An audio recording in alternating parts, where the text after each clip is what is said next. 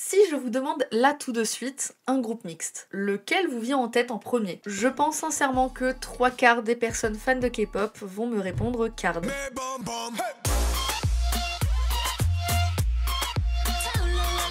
La vérité, c'est qu'il y a très peu de groupes de K-pop mixtes connus, du moins aujourd'hui. Et pourtant, on en a eu pas mal au fur et à mesure des années. Je pense notamment à AKMU, je pense à Urban Zapaka, je pense aussi à Senroot.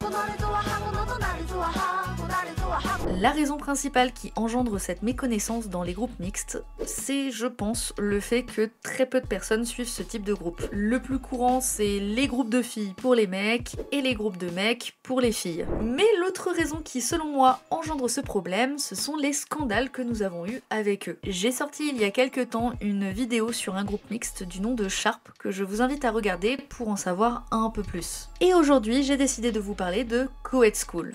Harcèlement au sein de son groupe, agression sexuelle, consommation d'alcool pour mineurs, relations sexuelles entre eux, racisme ou encore trafic de drogue. 아이돌 출신 배우 차주혁 씨가 마약 투약 혐의로 구속됐습니다. 이미 마약 투약과 음주운전 사고로 1년 6개월을 복역하고 나왔는데 출소한 지 2주도 안 돼 또다시 수감됐습니다. Laissez-moi vous parler du groupe mixte le plus problématique de l'histoire de la K-pop.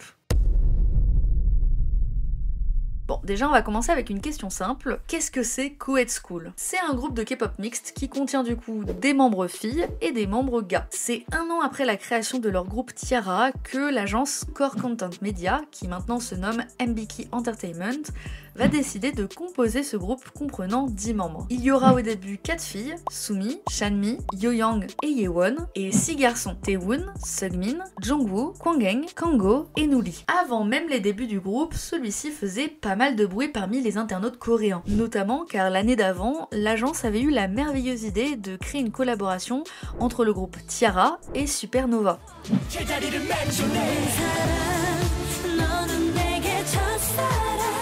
Un groupe de filles et un groupe de garçons qui ont eu leur lot de scandales eux aussi et qui mériteraient une vidéo à part chacun. Mais bon, ça c'est une autre histoire, c'est pas tout de suite. Coed School va donc débuter officiellement le 30 septembre 2010 avec leur single Too Late, après un gros showcase qui a fait énormément parler d'eux à l'époque.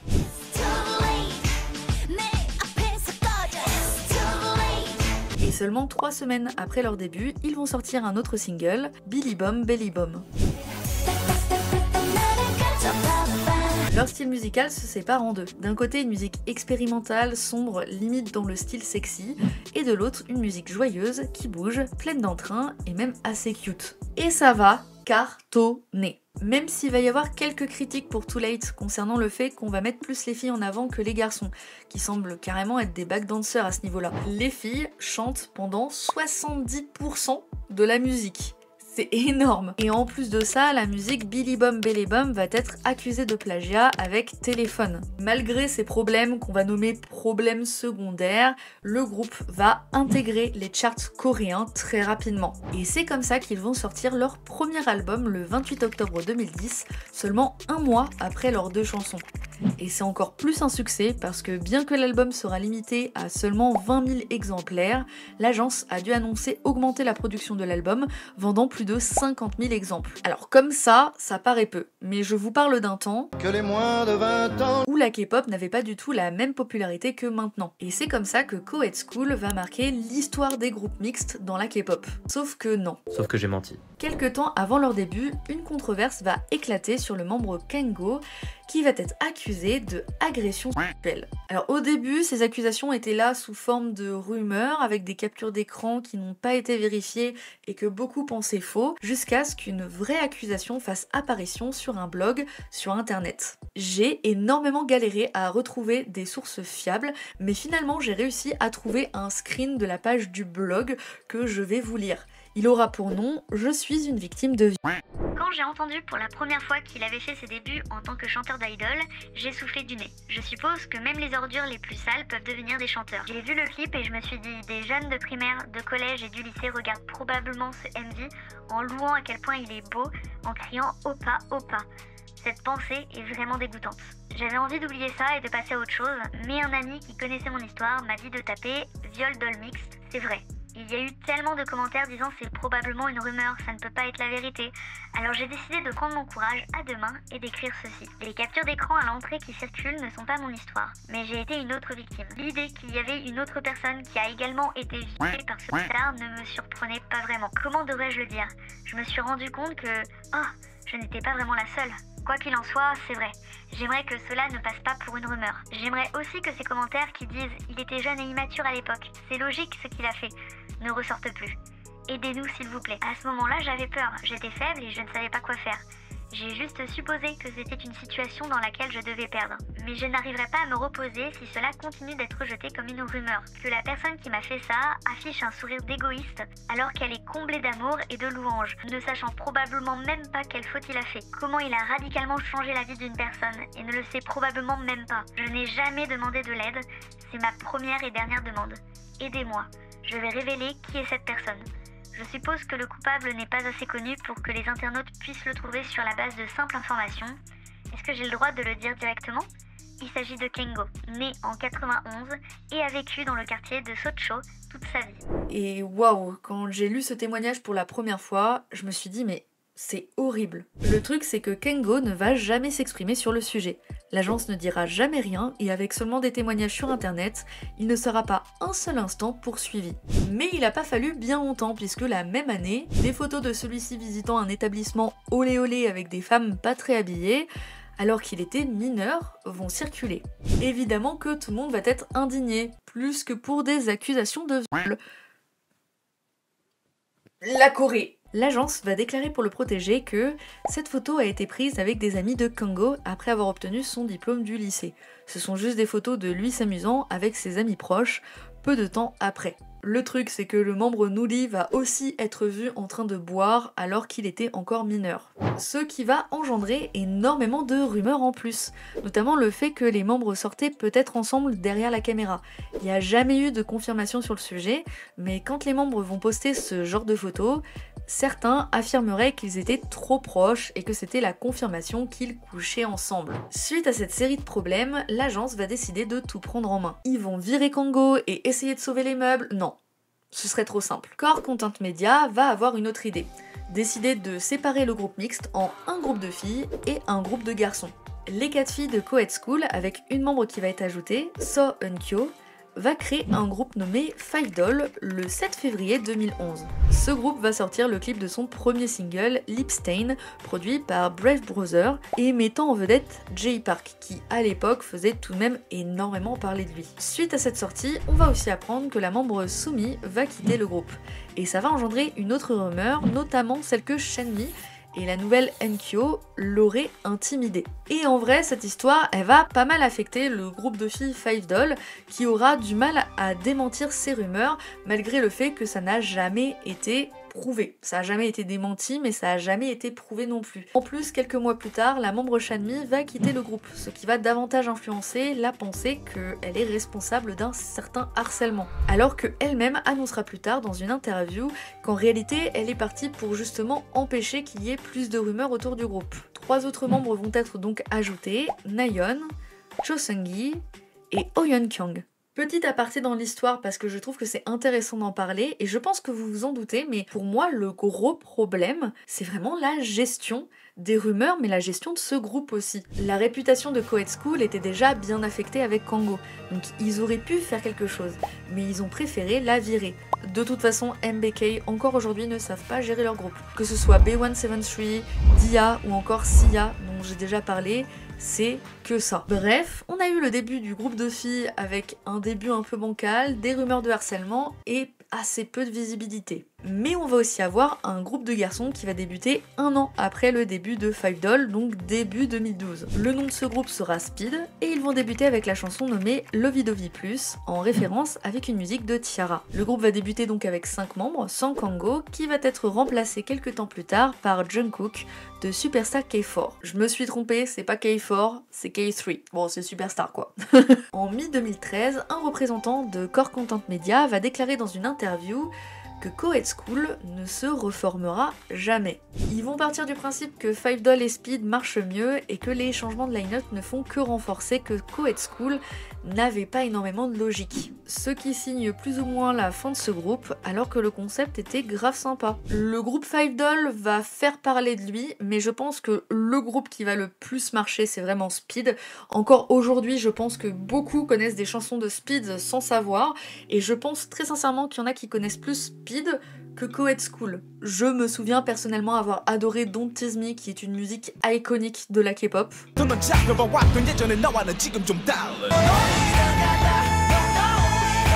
Si vous ne la connaissez pas vraiment, ouvrez un autre onglet, écoutez-la et dites-moi ce que vous en pensez. C'est un banger, vraiment, je peux rien dire, elle est incroyable cette chanson. Mais je pense aussi à la musique What's You avec des rollers dans les chaussures. C'était grave sympa comme performance, moi j'avais grave kiffé. Mais la réalité derrière ces groupes, c'est que pour Five Doll, après 4 ans d'existence, une line-up bancale qui change pratiquement tous les ans et seulement 3 albums, le groupe va finir par disband.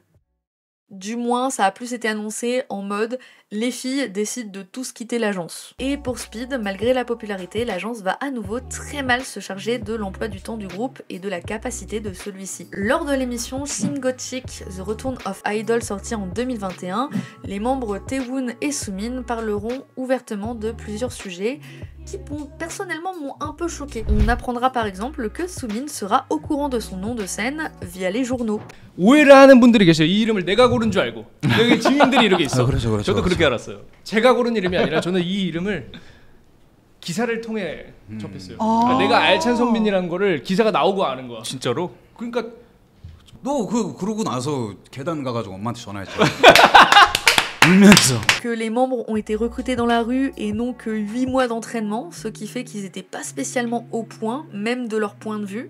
Je rappelle que Coed School a débuté avec 2 chansons, puis ensuite ils ont enchaîné avec un mini-album après seulement 1 mois. C'est très peu pour 8 mois d'entraînement d'enchaîner tout ça d'un coup.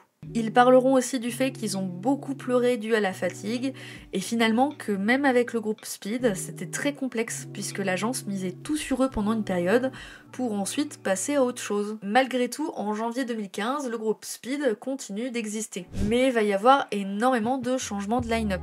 Taewoon va être remplacé par Kyo, et ça va pas mal affecter le groupe qui, malgré sa popularité, va finir petit à petit à baisser en visibilité. De mon point de vue en tout cas. En novembre 2015, MBK Entertainment a enlevé la page d'accueil du groupe et le site officiel causant plusieurs rumeurs de séparation. L'agence ne répondra pas et c'est en janvier 2016 que le membre Jungwoo va annoncer via les réseaux sociaux que son contrat avec MBK Entertainment prenait fin et qu'il avait décidé de ne pas le renouveler. Un jour plus tard, Sejun a aussi annoncé via les réseaux sociaux qu'il quittait Speed pour poursuivre une carrière d'acteur. Puis petit à petit, Ion et Sungmin annonceront pareil en sous-entendant un disband silencieux. Un disband silencieux, c'est un disband qui n'est pas admis par l'agence, mais qui paraît logique au vu du manque de contenu. Bon, je vous raconte tout ça, mais est-ce vraiment dû à ça que ce groupe sera surnommé le groupe de délinquants en Corée ? Est-ce qu'il a suffi d'un changement de line-up, de quelques rumeurs et d'une gestion bancale pour détruire ce groupe qui avait tout pour plaire ? Non, évidemment, ce surnom arrivera bien plus tard, suite à d'autres scandales qui vont arriver après la dissolution du groupe. Alors pour certains, tout se passe dans le meilleur des mondes, mais j'ai décidé de quand même en parler, et pour d'autres, ça a été un peu plus bancal. On va faire un par un, on va commencer par Five Doll. Sumi s'est tournée vers le métier d'actrice et est apparue dans de nombreux dramas. Mais comme je m'y connais pas, je vous laisse une liste. Nayeon a déménagé aux États-Unis, elle est apparue dans l'émission de rencontre Pink Lie, disponible sur Disney+, et elle va aussi être mannequin. Elle a donc arrêté du côté de l'industrie de la K-pop. Cho Sang-gi a fait ses débuts dans Dia, mais a quitté le groupe pour poursuivre une carrière d'actrice. Ho Yeon-kyung a fait ses débuts en tant que soliste et actrice sous le nom de Han So-in, et elle est active sur YouTube. D'ailleurs, elle est mariée depuis 2022. Jin Ye-won et So Eun-kyo ont également fait leur début en tant que soliste et actrice, à la fois dans le cinéma et dans le théâtre. Mais c'est surtout les 2 dernières membres féminines qui vont faire beaucoup parler d'elle avec des gros scandales. Pour Shanmi, elle va tout faire pour être idol, encore et encore, sans grande reconnaissance de la part du public. Elle va participer à... Vous entendez ? Je crois que j'ai pas le droit de prononcer le nom de cette émission. En tout cas pas sur cette chaîne. Elle va aussi participer à Produce When On, mais elle prendra beaucoup de critiques parce que selon les Coréens, elle est trop qualifiée pour ce genre d'émission.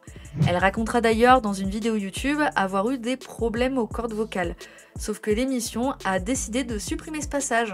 Mais elle va surtout avoir un très gros scandale pour avoir liké un commentaire sur une publication Instagram. Elle va décider de poster cette photo avec une amie et va avoir la brillante idée de liker un commentaire disant « Les Obama, hahaha ». C'est vraiment pas drôle, ça a aucun intérêt à part le fait d'être raciste. En plus de ce que j'ai compris et de ce que j'ai vu, elle a jamais pris la parole pour s'excuser. J'ai jamais vu d'excuse de sa part. En tout cas, j'ai recherché un peu partout parce que je me suis dit peut-être que, mais même pas. Donc on souffle quoi, on en a marre vraiment. Elle va être trainee pour Pledis, Double Kick Entertainment. D'ailleurs, elle aurait dû participer à Finding Momoland, mais elle a finalement été mise de côté.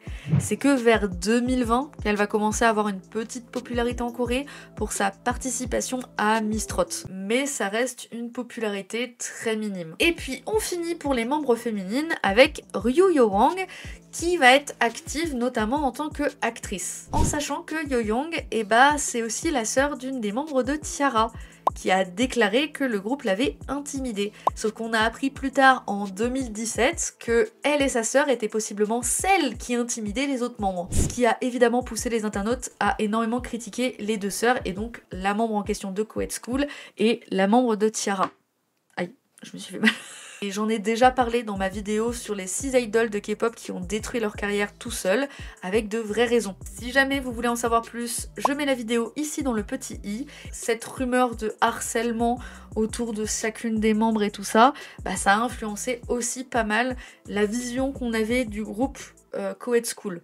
D'autant plus que si je vous rappelle, il y a déjà eu des rumeurs de harcèlement au sein du groupe un petit peu avant, et en plus de ça, le groupe Sharp, qui était connu pour être le groupe mixte qui représentait les groupes mixtes à l'époque dans la K-pop, c'est pareil, il y a eu du harcèlement au sein de son groupe. Donc ça influence en fait toute cette vision qu'on a de Coed School. Mais bon, on a fini avec les membres féminines, je vais vous parler maintenant de ce que sont devenus les membres masculins. Jungkook et Nuli, les deux se sont écartés du monde des idoles et ont décidé de continuer sur les réseaux sociaux. Taewoon s'est ensuite concentré sur sa carrière solo, travaillant également sur la production de chansons de d'autres artistes. C'est notamment lui qui a aidé à la création de BBB de Nature, I Know But de Classy, Loved You de B173 ou encore Thank You de A-Pink. Kwang Kang a fait ses débuts dans un band appelé Ciel, que je ne connais pas du tout et que j'ai pas réussi à retrouver. Et Sungmin, il est actif notamment en tant qu'acteur. Mais évidemment, celui qui a contribué à la vision de groupe de délinquants, c'est bien Kangho, qui pour rappel avait des accusations d'agression, d'être dans une boîte pour adultes et de boire en tant que mineur. Et sachez qu'au fur et à mesure des années, il s'est pas calmé le pépère. En 2016, il a été poursuivi pour violation de la loi sur le contrôle des stupéfiants et a été condamné à 1 an et 6 mois de prison. Il a été poursuivi 13 fois pour avoir fumé ou consommé de la marijuana, de la kétamine et de l'ecstasy en Corée et aux Pays-Bas, pour avoir fait de la contrebande de kétamine et pour avoir présenté sa connaissance à un vendeur de marijuana. Il a été libéré le 14 décembre 2018 après avoir purgé sa peine. Et seulement 11 jours après sa libération, la police a été appelée dans un immeuble d'appartement à Suncho vers 4h du matin. Un voisin et un agent de sécurité avaient dénoncé celui-ci pour conduite désordonnée. Il avait confondu un autre appartement avec le sien et avait refusé de partir. Lorsque la police est arrivée, il a résisté et a lancé des insultes excessives à la police. Évidemment, il s'est fait arrêter. Au cours de l'enquête, la police a découvert le casier judiciaire du chanteur, il a effectué un test de dépistage de drogue, et vous vous en doutez, les résultats des tests ont été positifs. Ah, et en plus de ces crimes liés à la drogue, il a été accusé d'avoir frappé et blessé 3 piétons alors qu'il conduisait en état d'ébriété le 30 octobre 2016. D'ailleurs, dans l'émission que je vous ai parlé tout à l'heure, les membres vont se permettre de faire une petite blague sur celui-ci. 범죄자. 지금 감옥 가 있나? 나왔나? 출소했을 거야. 왔다 들어왔다 나왔다 하더라고. 들어갔다 나왔다. Si on résume un peu les allégations qu'il y a eu autour du groupe, nous avons harcèlement au sein du groupe et au sein de T-ara, agression sexuelle, consommation d'alcool pour mineurs, relations sexuelles entre eux, qui n'a jamais été confirmée d'ailleurs, racisme et trafic de drogue. Même si Congo est le membre qui porte la plupart de ces accusations, on se rend compte assez rapidement qu'il est toujours relié au groupe Coed School. Pour l'opinion publique, quoi que vous pensez, quoi que je pense, ce groupe représente le groupe mixte le plus problématique de l'industrie. Si vous voulez mon point de vue, je comprends l'avis populaire, mais je suis un peu dégoûtée parce que en tout, dans le groupe, il y avait 14 membres. Il y en a que, 4 qui ont merdé et qui ont eu un scandale. Sur 14 membres, il y a quand même 10 qui l'ont pas eu. Pourquoi, tout le groupe prendrait à la place des 4 membres? C'est un peu dommage, mais d'un autre côté, je comprends aussi. Tous ne sont pas des délinquants, mais le problème, c'est que dans la K-pop, les membres représentent le groupe. Donc si une personne a le malheur de faire quelque chose de mal, c'est le groupe entier qui en pâtit. Ça me fait penser un peu à l'histoire de Kemi du groupe E-Core, dont j'ai déjà parlé dans ma vidéo 4 idoles qui ont ruiné leur carrière, partie 2.